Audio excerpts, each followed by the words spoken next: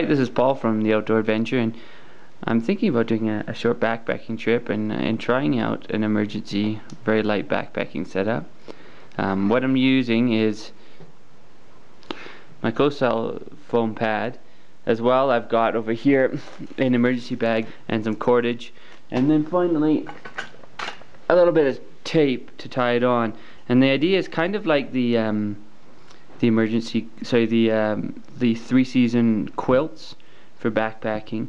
I'm going to be bringing this around the top and using the string to attach it around the back of the sleeping bag, just so that it insulates me from the top, and using the sleeping pad to insulate me from the bottom. It's not going to be really hot or really cold for that matter, so I'm going to try it out in the backyard first to see how cold I can get down to at nights without problems. Alright, that's that. Let's get to work. Alright, this blanket here is now set up on the floor. I'm going to unroll my sleeping pad over it so that I've got an idea of how big it is and how tight I need to do the strings on the back. So this one is 84 inches long by 52 inches wide, and of course they say that it reflects back 90% of body heat.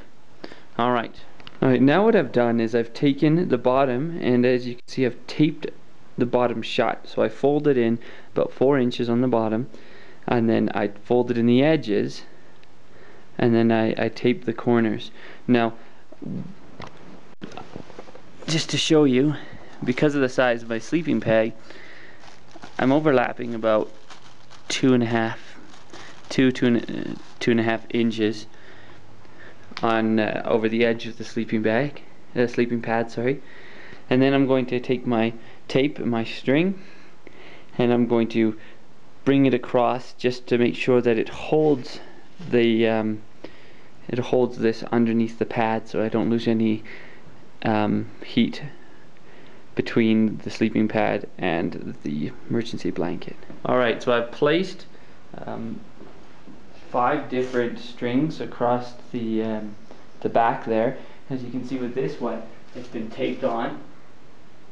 Again, the length is going to depend on your on the width of your mat, but I've done 5, spaced them about 10 inches apart. And just remember, at the top end of this thing, you're not going to want the strings too close to the end. Also make it a bit more difficult to get in. So work with it, play around with it to get it to the right size. Now I'm just going to tape these in place, and should be close to being done.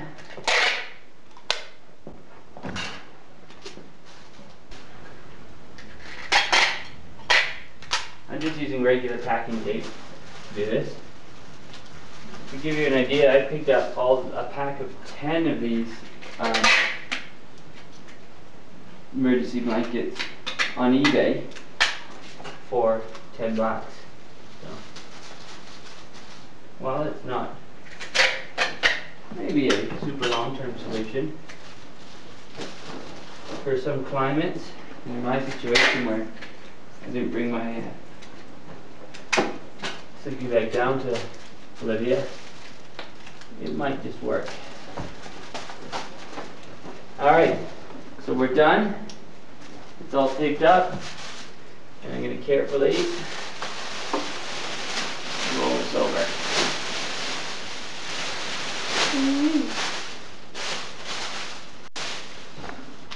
Again, the real test will be going out and sleeping at night in this, but already it looks just like a sleeping bag. So, not too bad, and we'll weigh it up in a minute and see what the damage is. Alright, so I folded it up, strings attached, and as you can see, I could get it much smaller, but even then it's a fairly compact little bag. I'm going to put it in a container. I don't want to fold it too much, because any wrinkle or any seam is going to make it weaker. Now for the final moment. That's just 2 ounces. Alright, so that's 0.1 pounds, 57 grams for that sleeping bag. Alright, I'm going to put this down on the ground just to give you an idea of how much this pad weighs. Alright. So here we have it. 200 grams. So 200 grams for this mat. Another 57 grams. 258 grams. All in, sleeping pad and mat, it's 9.10 ounces. Or half a pound, just over half a pound. Quarter kilo. Alright, so really light system.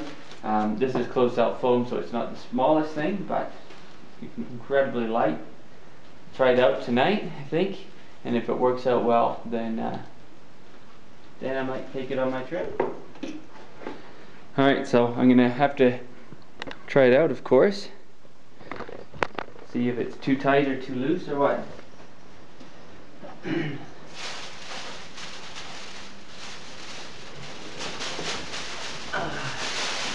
The biggest problem I can see with this, besides ripping, is the noise.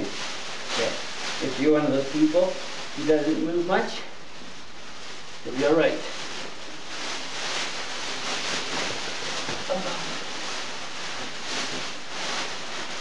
Alright.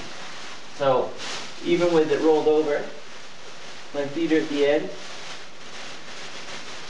and it comes up to just about my nose.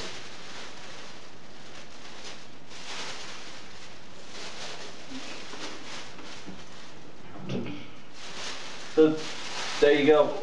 This is it's open at the top, but it already feels pretty warm. I'd want to leave it open a bit to make sure I don't get too much moisture built up inside it, but I think this could work as long as I don't move too much.